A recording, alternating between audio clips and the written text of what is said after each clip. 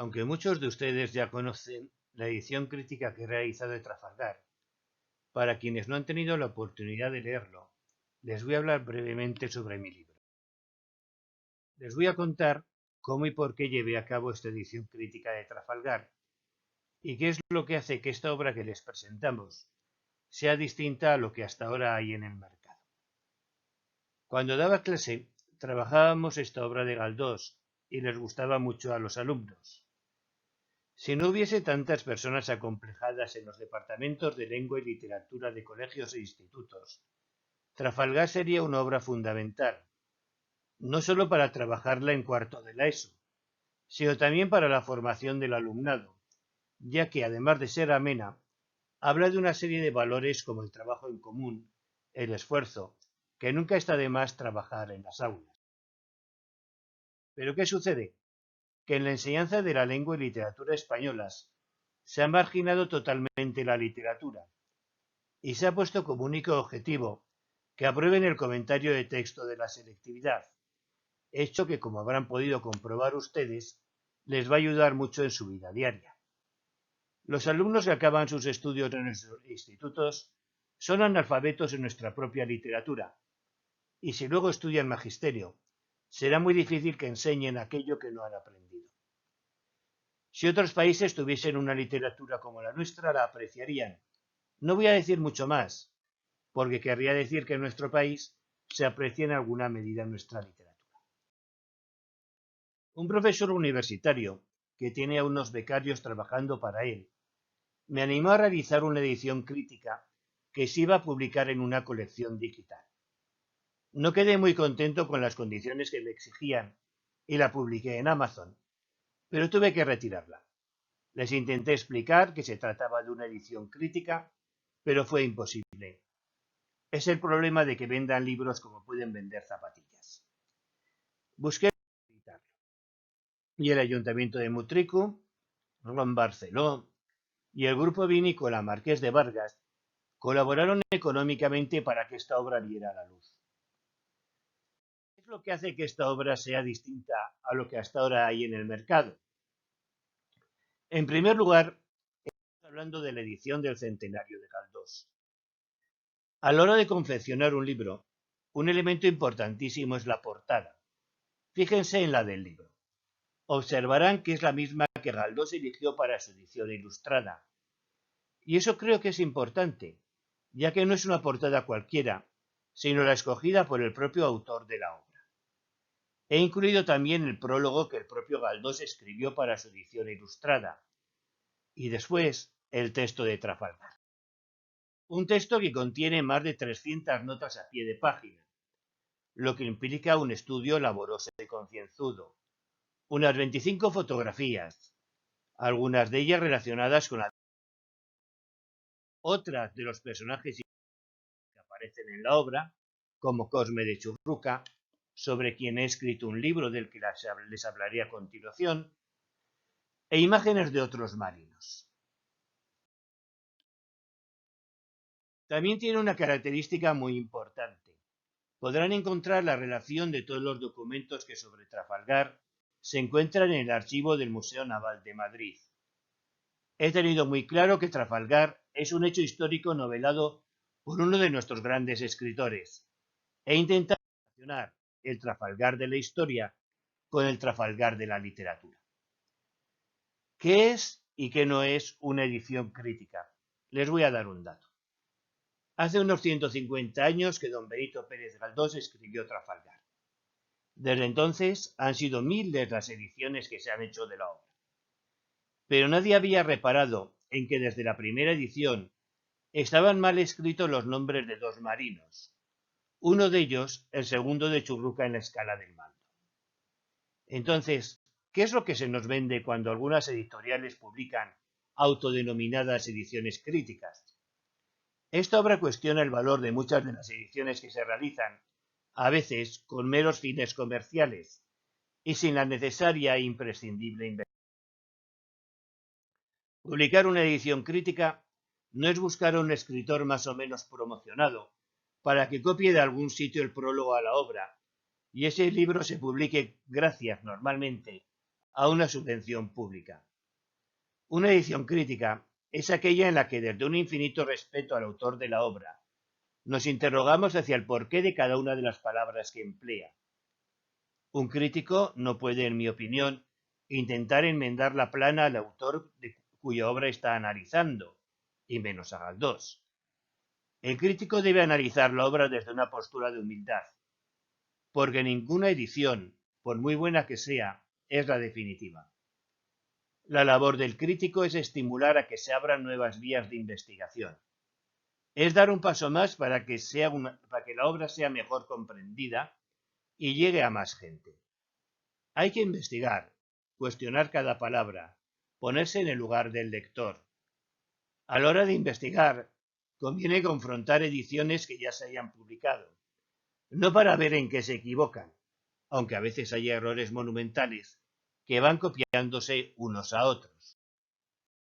Esta es la primera labor, investigar.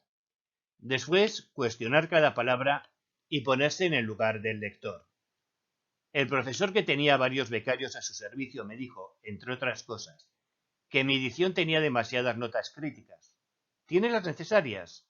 Por eso digo que hay que ponerse en lugar del lector.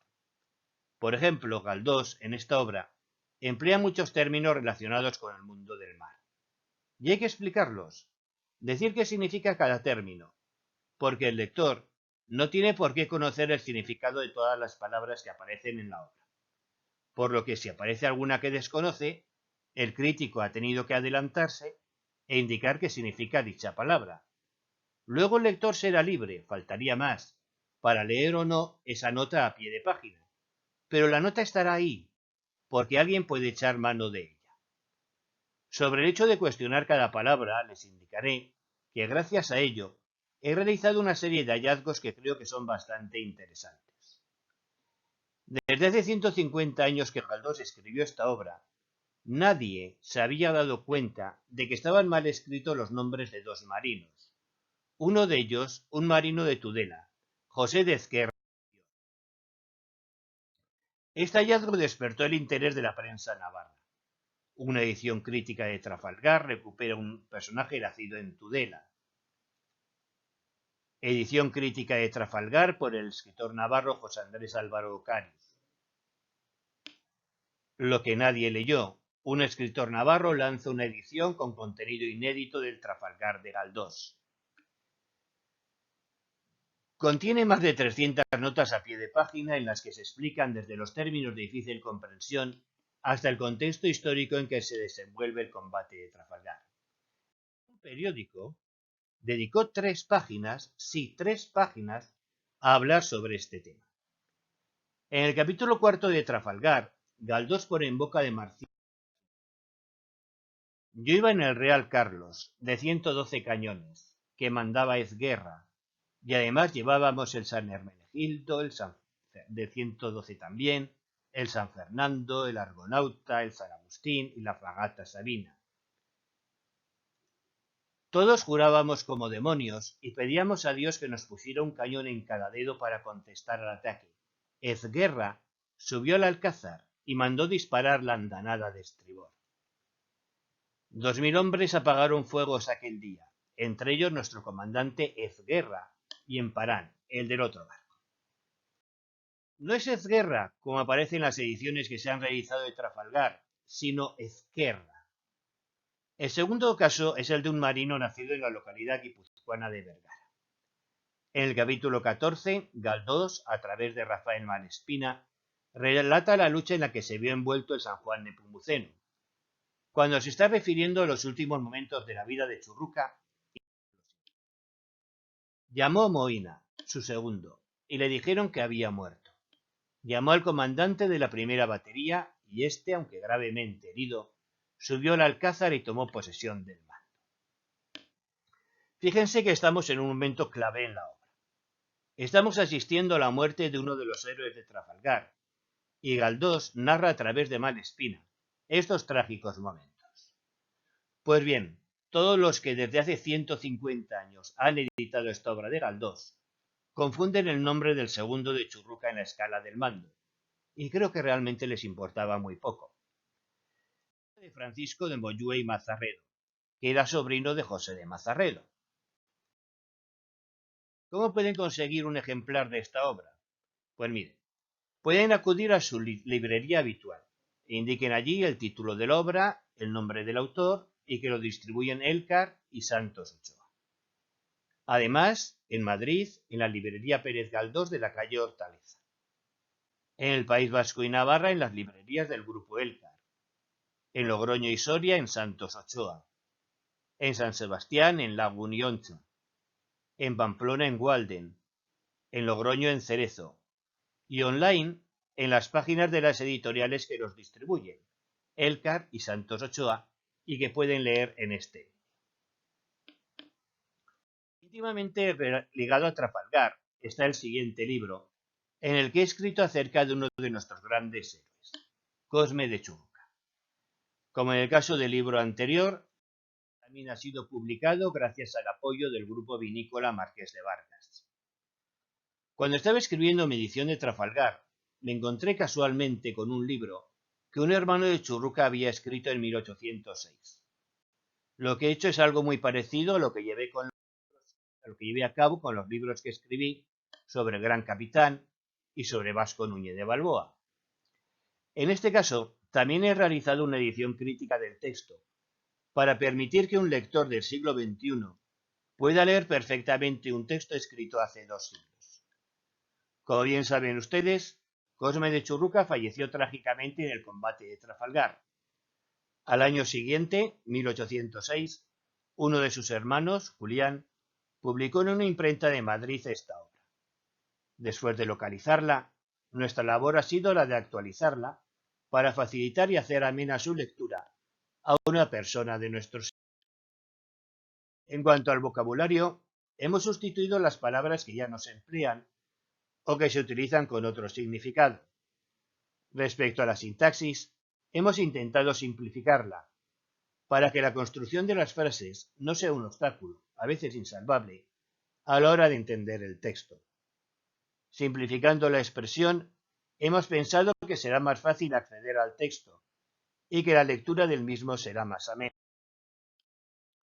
En la portada juego con 2 de las representaciones más conocidas del marino de Motrico, y de fondo se puede apreciar el cuadro de su muerte en Trafalgar. Hemos añadido unas 50 notas a pie de página con el objeto de explicar el contexto histórico en el que se desenvuelve la vida de este ilustre marino. Para ello hemos incluido unas 20 fotografías con varios planos de los que realizó este marino guipuzcoano. Y dentro del apéndice documental hemos incluido el relato que Galdós hace de su heroica muerte en Trafalgar. Como de Churruca sabemos más sobre su muerte que sobre su vida, por ello he creído importante y necesario reivindicar este gran marino, que, como escribe su hermano en el libro, vivió para la humanidad y murió por la patria. ¿Cómo adquirirlo? Pues como he dicho antes, pueden acudir a su librería habitual, indicar el título, el autor y que lo distribuyen Elcar y Santos Ochoa. También está en Amazon, tanto en formato ebook como en formato libro de toda la vida. Además, en el País Vasco y Navarra, en las librerías del Grupo Elcar, en Logroño y Soria, en Santos Ochoa, y como en el caso anterior, online en las webs de las distribuidoras, Elcar y Santos Ochoa. Espero que estos libros les gusten. Muchas gracias.